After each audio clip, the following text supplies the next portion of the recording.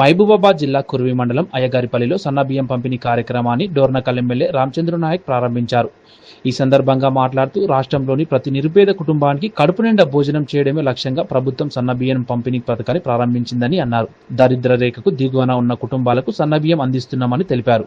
రాష్ట్ర ఆర్థిక పరిస్థితి బాగాలేనప్పటికీ ఇచ్చిన హామీలను ఒక్కొక్కటిగా నెరవేరుస్తూనే గత ప్రభుత్వాలు చేయలేని ఒక చరిత్రాత్మకమైన పని కేవలం సంవత్సరాల కాలంలో ముఖ్యమంత్రి రేవంత్ రెడ్డి చేసి చూపెట్టారని ఆయన స్పష్టం చేశారు. నియోజకవర్గాల్లో ఇస్తే మరి మొదటి వరుసలో మన డోర్నకల్ కందికొండకి ఇవ్వడం జరిగింది.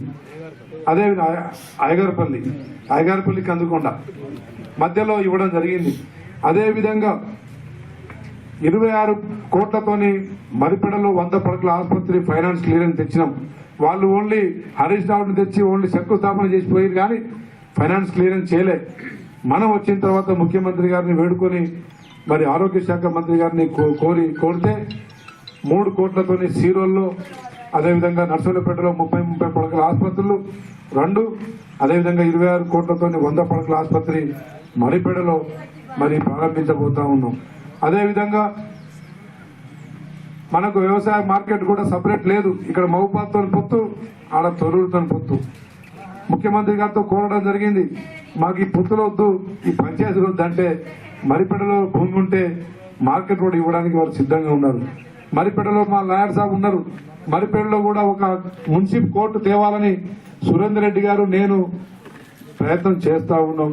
ఒక రిజిస్ట్రేషన్ ఆఫీసు, ఒక మున్సిపల్ కోర్టు, ఒక వ్యవసాయ మార్కెట్, అదేవిధంగా దాన్ని ఆర్టీఓ డివిజన్ గా చేయాలని చెప్పి ప్రయత్నాలు సాగుతూ ఉన్నాయి. ఏదేమైనా కానీ గతంలో ఎస్ఆర్ఎస్పీ 60 DBM, మా మీడియా మిత్రులు ఇక్కడే ఉన్నారు, 60 DBM దంతాలపల్లి నుంచి మాట్లాడి నుంచి మరిపేట దాకా వచ్చే 60 డిస్ట్రిబ్యూటరీ మెయిన్ కెనాల్లో కనీసం కంప చెట్లు పూడికలు కూడా తీయలే. నేను వచ్చిన తర్వాత మొత్తం పూడిక మరి కంప చెట్లు తీయించడం జరిగింది. ఎక్కడ ఫీడర్ ఛానల్స్ లేవు.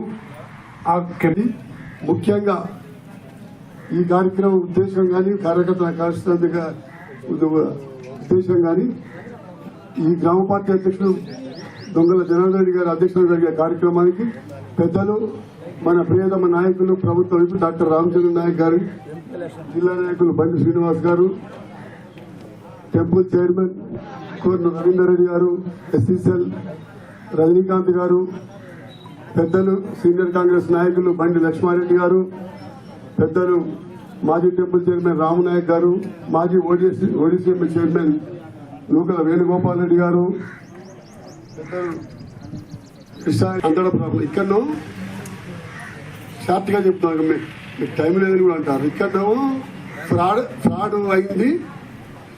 ఫ్రాడ్ అయింది అనేది ఒక మాట సార్, ఫ్రాడ్ అయింది ఒకటి.